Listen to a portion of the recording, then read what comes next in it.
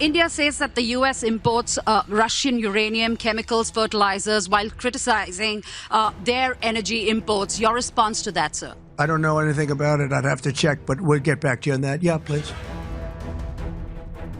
Donald Trump loves to shoot by the hip. His recklessness over India's tariff and an additional penalty, that too because of trade with Russia, bears testimony to that claim. Because the very US president who has criticized New Delhi for its purchase of Russian oil and gas and military equipment has feigned ignorance when quizzed over America's purchase of Russian uranium and chemical fertilizers. So is Donald Trump implying that he slapped India with 25% tariff and additional penalty without an understanding of Washington's own trade with Moscow?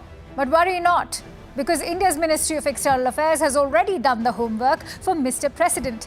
New Delhi's sharply worded statement on August 4 reminded the United States that it continues to import from Russia uranium hexafluoride for its nuclear industry, palladium for its EV industry, fertilizers as well as chemicals. In fact, India has also lashed out at the US for its double standards regarding trade with Russia. India has categorically stated that after Russia began its invasion of Ukraine, the United States at that time actively encouraged Russian imports by India for strengthening global energy markets' stability. But shockingly enough, Trump's whimsical behavior doesn't just end here. He has again accused India of purchasing and reselling Russian oil despite the war in Ukraine, using the accusation to justify further raising of tariffs. In fact, according to Trump, India is not even a very good trading partner. And yet, Donald Trump's real estate footprint is on the rise in 6 Indian cities. A fact that counters Donald Trump's accusation of India being a dead economy. But that also brings us to the moot question. Is Donald Trump's tariff reeking of double standards? Why so? Because contrary to Trump's fictitious claims, India is not the biggest buyer of Russian gas. It is China, the #1 overall purchaser of Russian energy, with some $219.5 billion worth of Russian oil, gas and coal. Of course, followed by India with $133.4 billion and Turkey with $90.3 billion. Interestingly, Turkey, also a NATO ally, houses 3 refineries that process Russian crude and sell the resulting fuel on to sanctioning countries.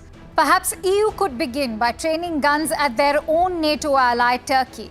So is Russian oil even sanctioned yet? Well, it's under a price cap, that too set by the G7 nations, only so that it stays in the market but limits Russia's revenue. In fact, India stays below the G7 cap, uses legit shipping and insurance, and follows all global norms.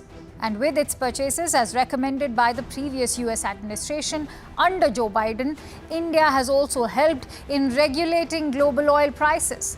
But if India switches to importing oil from somewhere else at a higher cost, American consumers will likely feel the hit too, because some of the Russian crude oil sent to India is then refined and exported back out to other countries.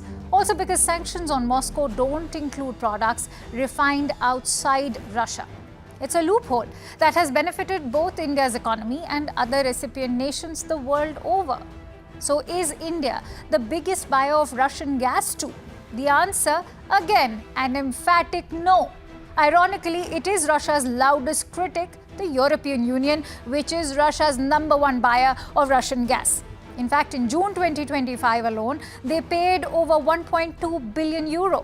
According to the Center for Research and Energy and Clean Air, or CREA, the main buyers of Russian gas are France, Hungary, Netherlands, Slovakia. So has Trump left India with any choice, given that New Delhi was forced to stop buying oil from Iran and Venezuela? Only after Trump imposed sanctions and threatened tariffs against countries that bought from those places. Moreover, 8 producers of OPEC Plus, led by Saudi Arabia, have agreed to increase production by 547,000 barrels per day for September.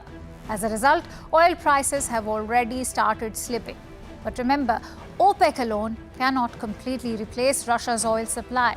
Yes, OPEC Plus, that includes Russia, is a major global oil producer.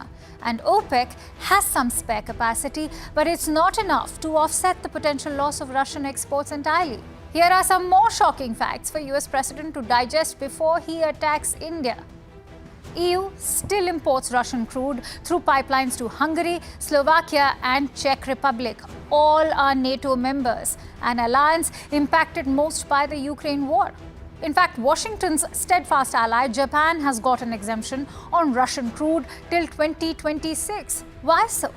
Even more shocking is EU's 18th sanctions package approved in July that has made exemptions for UK, Canada, Norway, Switzerland and the United States. So who is really funding the war in Ukraine?